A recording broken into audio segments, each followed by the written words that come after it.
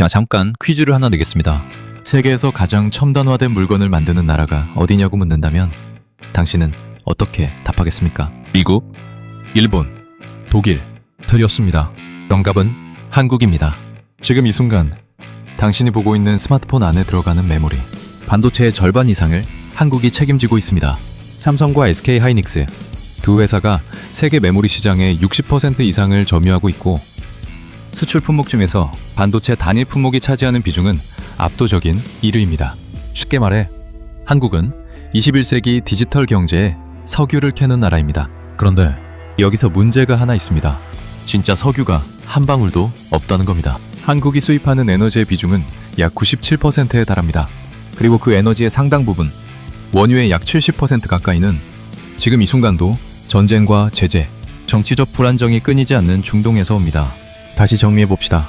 세계 디지털 경제에 반도체를 공급하는 나라가 자국 공장을 돌릴 전기를 만들기 위해 전쟁터 한복판에 기름에 의존하고 있다는 뜻입니다. 이게 아이러니가 아니라면 대체 무엇이 아이러니겠습니까? 오늘 이 영상이 끝날 때 이 리더보드에서 한국이 받는 점수를 함께 확인하게 될 겁니다. 지금은 먼저 왜 이 점수가 나올 수밖에 없는지를 이해해야 합니다. 그리고 더 중요한 질문 하나. 지금 한국은 무너지고 있는 걸까요? 아니면 그냥 무너지는 것처럼 보이는 걸까요? 1970년대 초 한국의 1인당 GDP는 약 300달러 수준이었습니다. 지금 기준으로 환산하면 오늘날의 아프리카 최빈국과 비슷한 수준입니다. 자원은 없었습니다. 기술도 없었습니다. 자본도 없었습니다. 유일하게 있었던 건 사람이었습니다. 그리고 그 사람들에게 교육을 주입하고 공장에 집어넣고 수출로 달러를 벌어오게 하는 시스템을 국가가 직접 설계했습니다. 이것이 바로 재벌 체제입니다. 삼성, 현대, SK. 이 이름들은 단순한 기업명이 아닙니다. 이 이름들은 한국 정부가 직접 선택한 국가 대리인들입니다. 정부는 이들에게 자본을 몰아줬고 이들은 수출로 달러를 벌어 외채를 갚았습니다. 철강을 만들고 배를 만들고 자동차를 만들고 반도체를 만들었습니다. 이 모델의 핵심 전제는 단 하나였습니다. 에너지는 사면 된다. 기술은 우리가 만든다. 당시 기준으로는 합리적인 선택이었습니다. 중동 석유는 쌌고 한국의 인건비도 쌌고 세계는 한국산 제품을 사줄 준비가 되어 있었습니다. 하지만 지금 우리는 그 전제가 균열되기 시작하는 시대에 살고 있습니다. 재벌 상위 10개 그룹이 한국 GDP에서 차지하는 비중은 절반을 넘습니다. 에너지의 97%는 여전히 밖에서 들어옵니다. 다시 말해 한국의 기적은 자원 없는 나라가 살아남는 방법을 증명한 것이 아닙니다. 자원 없는 나라가 에너지를 외주화함으로써 시간을 번 것에 가깝습니다. 그리고 그 시간이 이제 얼마나 남았는지 숫자가 말하기 시작했습니다. 기적을 설계한 사람들은 이 리스크를 몰랐을까요? 아니면 알고도 선택했을까요? 여러분, 이런 회사를 상상해 보십시오. 세계 최고의 제품을 만드는 공장이 있습니다. 그런데 그 공장의 전기 콘센트가 전쟁이 언제 터질지 모르는 지역의 발전소 하나에만 꽂혀 있습니다. 이것이 한국의 현실입니다. 호르무즈 해협, 이란과 오만 사이의 이 좁은 물길을 통해 하루 약 2천만 배럴의 석유가 지나갑니다. 세계 원유 해상 교역량의 약 20%가 이 단 하나의 병목을 통과합니다. 그리고 이란이 이 해협을 봉쇄하겠다고 위협한 것은 역사상 단 한 번이 아닙니다. 2012년, 2019년 그 이후로도 반복적으로 봉쇄 위협이 현실화되었고 그때마다 국제유가는 요동쳤습니다. 추정이지만 호르무즈가 단 2주만 막혀도 한국의 산업용 에너지 비축량은 임계점에 도달합니다. 비교해봅시다. 노르웨이는 석유 수출로 번 돈의 극히 일부만 국내에서 쓰고 나머지를 미래 세대를 위한 국부 펀드에 적립합니다. 현재 그 규모는 1조 7천억 달러를 넘습니다. 반면 한국은 석유가 없으니 국부 펀드를 쌓을 수도 없습니다. 대신 한국이 택한 전략은 에너지 안보를 외교로 대체하는 것이었습니다. 미국과의 동맹, 중동 국가들과의 건설 계약, 원전 수출 외교, 이 모든 것이 사실은 에너지 리스크를 관리하기 위한 도구들이었습니다. 하지만 이 전략에는 한 가지 치명적인 약점이 있습니다. 외교는 가격을 통제하지 못합니다. 2022년 러시아가 우크라이나를 침공했을 때 한국은 직접적인 피해 당사국이 아니었습니다.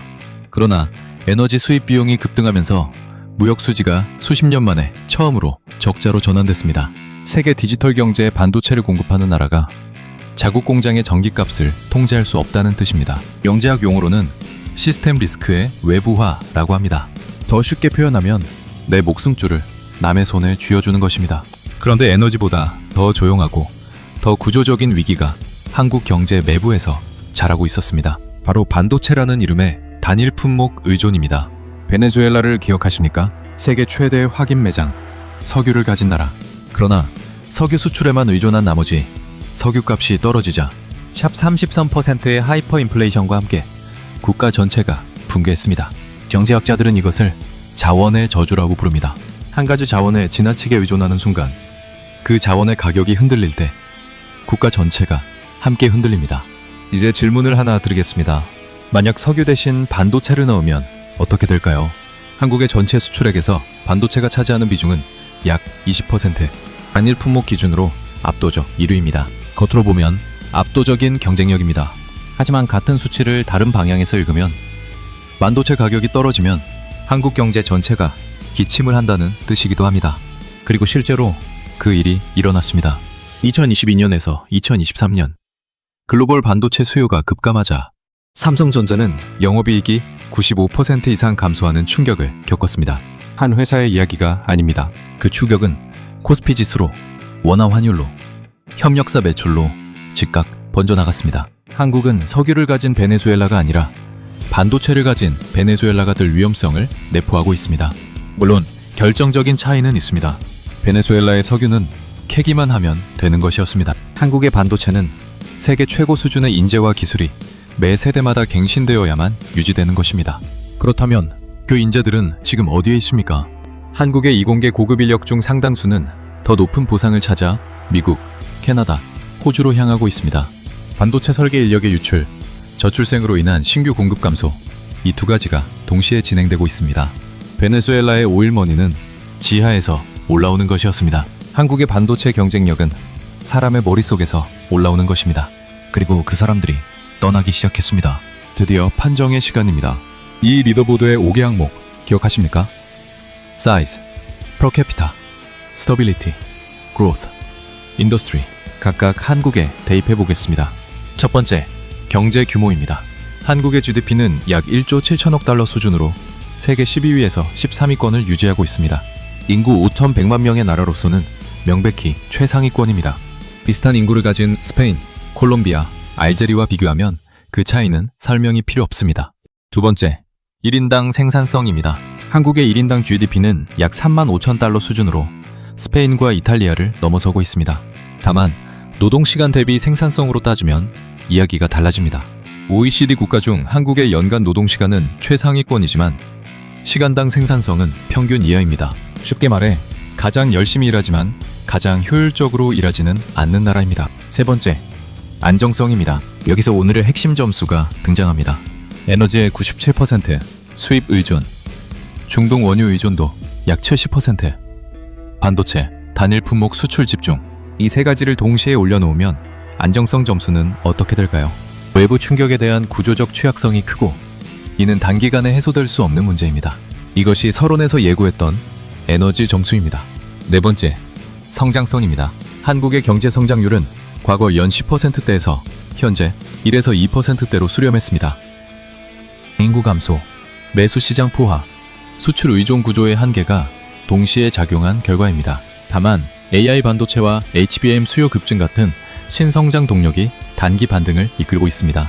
이 반등이 구조적 전환인지 반도체 사이클의 일시적 회복인지는 아직 판단하기 이릅니다.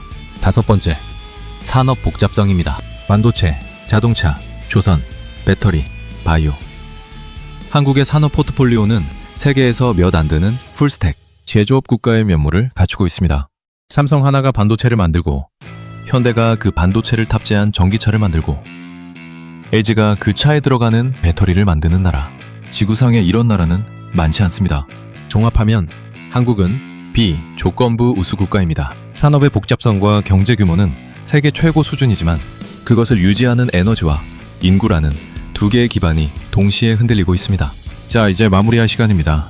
우리는 오늘 세 가지를 확인했습니다. 첫째, 한국의 기적은 설계된 도박이었습니다. 자원 없는 나라가 에너지를 외주화하고 그 공백을 인재와 기술로 채우는 방식으로 시간을 샀습니다. 둘째, 그 도박의 청구서가 지금 날아오고 있습니다. 97%의 에너지 수입 의존, 호르무즈라는 단 하나의 병목, 반도체라는 단일 품목에 집중. 이 세 가지가 동시에 흔들릴 때 한국 경제는 충격을 흡수할 완충제가 없습니다. 셋째, 그러나 한국은 아직 무너지지 않았습니다. 세계에서 손꼽히는 풀스택 제조업 국가, 첨단 반도체를 설계하는 인재 집단, 50년 만에 최빈국에서 G12로 도달한 학습 곡선, 이것은 사라지지 않았습니다. 문제는 이겁니다. 한국이 가진 강점은 미래를 만드는 능력이고, 한국이 가진 약점은 오늘을 버티는 기반입니다. 그리고 오늘을 버티는 기반 에너지와 인구, 이 두 가지가 동시에 침식되고 있습니다. 저출생으로 반도체 설계 인력의 신규 공급은 줄고, 고급 인재는 더 높은 보상을 따라 국경을 넘으며, 그 공장을 돌릴 에너지의 가격은 서울 어느 관료도 통제하지 못합니다. 세계에서 가장 정교한 시계를 만드는 장인이 매일 아침 건전지를 빌려야만 일을 시작할 수 있는 상황. 기적은 끝나지 않았습니다. 하지만 기적의 조건이 바뀌고 있습니다. 그리고 그 조건을 누가 먼저 재설계하느냐, 그것이 다음 50년을 결정할 것입니다. 한국의 에너지 97% 수입 의존, 이게 위기라고 생각하시나요? 아니면 여전히 관리 가능한 리스크라고 보시나요? 댓글로 의견 남겨주세요.